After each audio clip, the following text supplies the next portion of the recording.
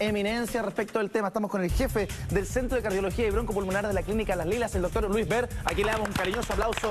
Doctor, gracias por estar con nosotros hoy día. Buen día. Doctor, Julita. cuando una mujer de mi edad, joven, Muy 30, joven, muy joven. algo, 30 y algo, digamos, no. 30 y siempre. 30 y siempre. Decide iniciarse en el deporte de un día para otro. Antes tiene que prevenir y hacerse una serie de exámenes o puede llegar, ponerse la zapatilla y salir a correr, como por ejemplo una maratón que está tan de moda ahora.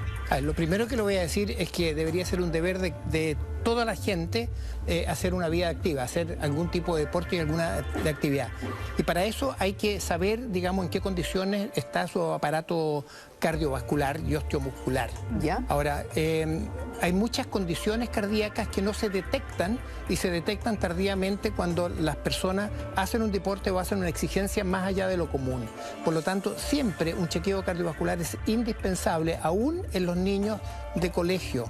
Por lo menos saber si tiene alguna condición de riesgo, de los típicos factores de riesgo conocidos, o si tiene alguna anomalía congénita que le produzca algún riesgo al hacer deporte. ¿Y ese qué tipo de exámenes son? ¿Con un examen de sangre yo puedo saber o hay alguno más específico? Mira, un electrocardiograma, es decir, hay personas que tienen el colesterol alterado desde temprana edad, hay personas que a veces tienen diabetes no detectadas. ¿Mujeres jóvenes? Jóvenes, sí, jóvenes. claro, sí, claro, diabetes juveniles. Sí.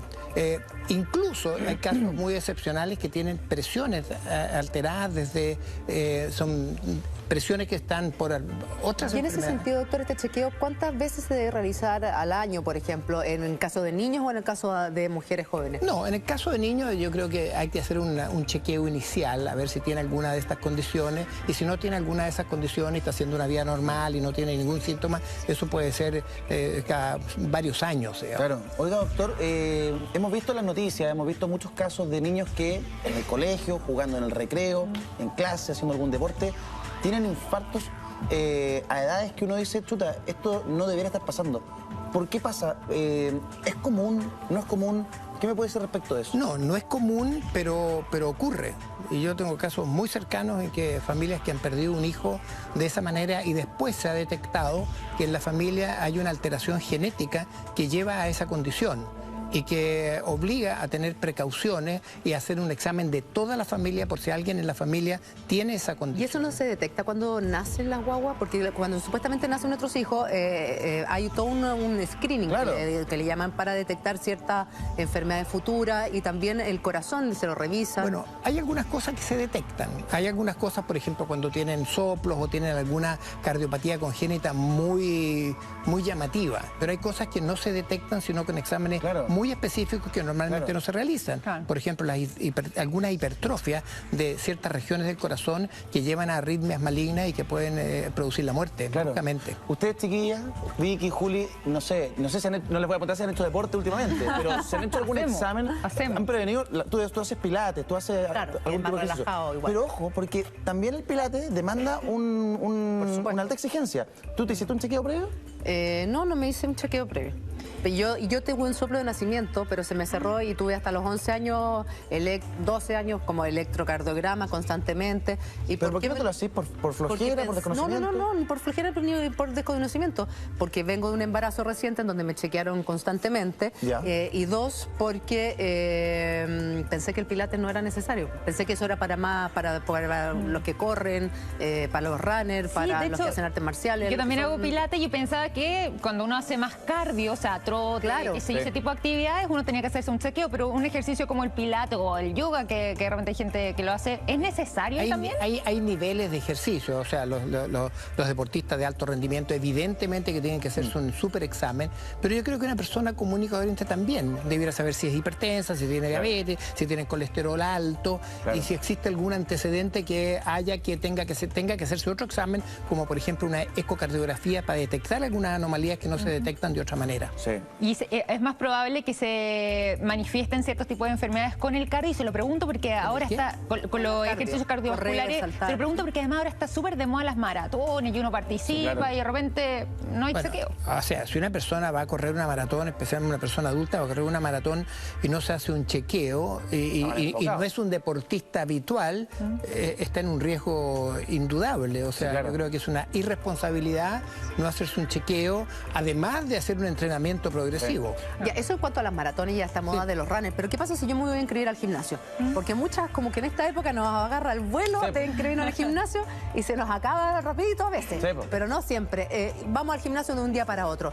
¿También tiene que hacerse un chequeo? Ahora, cuando yo fui a inscribirme al gimnasio, me dijeron que tenía que hacerme como requisito un examen cardiovascular por alguien de la confianza de ellos. Y yo le dije que yo sabía, pero me dijeron que no importaba, que tenía que ser... ¿En serio? Por parte de ellos. Y tuve que hacérmelo. Mire, doctor, hay muchas chiquillas, muchas mujeres que nos están escribiendo, que están aprovechando la presencia del doctor Ver hoy día aquí en el programa y que le mandan, por ejemplo, lo siguiente. Daniela Cabrera, mi hija de 7 años le encontraron una pequeña arritmia, pero el doctor la dejó hacer educación física. ¿Está bien eso? Bueno, hay arritmias que son benignas y otras arritmias que son bastante preocupantes. Seguramente si no hay un daño estructural del corazón, si no hay una razón poderosa para tener esa arritmia que esté manifestando una cosa mucho más grave, las arritmias, hay muchas arritmias que no tienen mayor importancia en cuanto a riesgo vital. Que confíe en su doctor entonces. ¿Y en el caso de esa amiga va a tener que hacer chequeos permanentes con su hija o después esto puede disiparse? Si una persona tiene arritmia, yo creo que es bueno controlar esa arritmia, porque las arritmias, digamos, por muy benignas que sean, pueden producir situaciones... ¿Pero qué es una arritmia? Una arritmia es cuando el pulso no tiene la secuencia normal.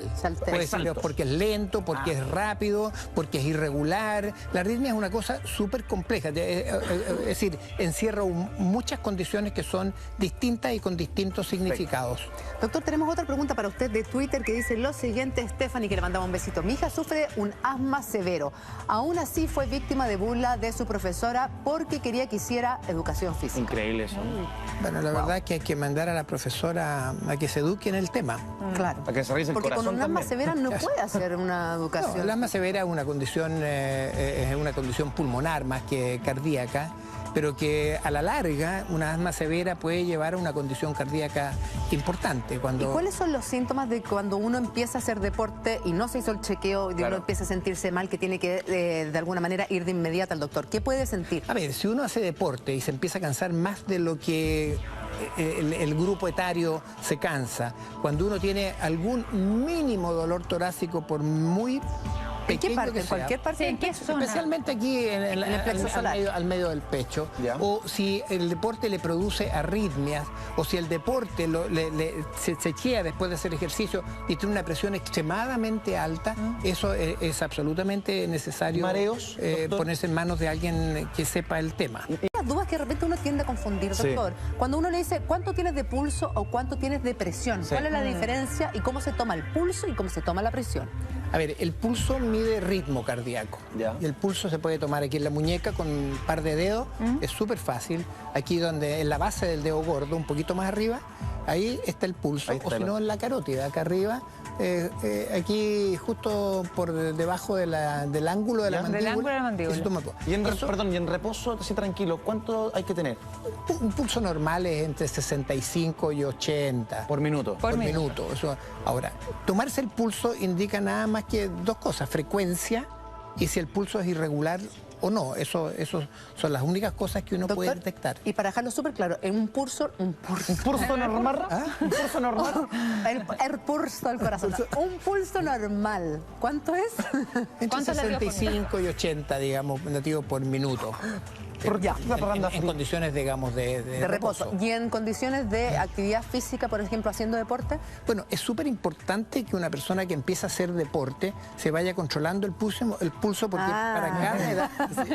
Doctor, me contagiaste. Se vaya controlando el pulso porque hay una frecuencia máxima de acuerdo a la edad. Por ejemplo, una persona a los 20 años, el ejercicio puede subirle tranquilamente el pulso a los 150. Y ahí es como un límite que uno tiene que ponerse para no seguir sobreexigiéndose. Y a los 70 años, por ejemplo, el pulso no llegar más allá de los 115.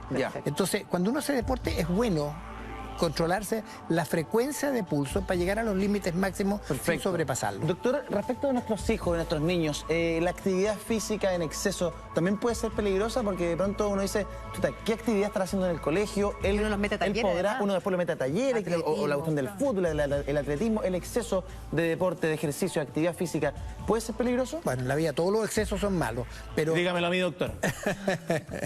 Pero el tema es que depende, porque si uno se pone a hacer un ejercicio, niño o adulto, una vez al mes, intensamente jugarse 2 o 3 partidos de fútbol al día, no es lo natural. Ya. Ahora, si esto es progresivo, con un entrenamiento adecuado, con un control adecuado, su frecuencia de pulso, de su situación general, de su tolerancia al ejercicio, evidentemente que los niveles de ejercicio pueden ir subiendo y por eso existen los deportistas de alto rendimiento. Claro. Y en los niños y en los adultos, ¿cuánto es lo recomendable para cada segmento, obviamente, hacer durante el día o en la semana? ¿Todos los días? ¿Un ratito? A ver, un adulto debiera hacer, pero como deber con su salud, con su futuro, debiera hacer a lo menos 20 minutos de ejercicio aeróbico mínimo 3 veces a la semana.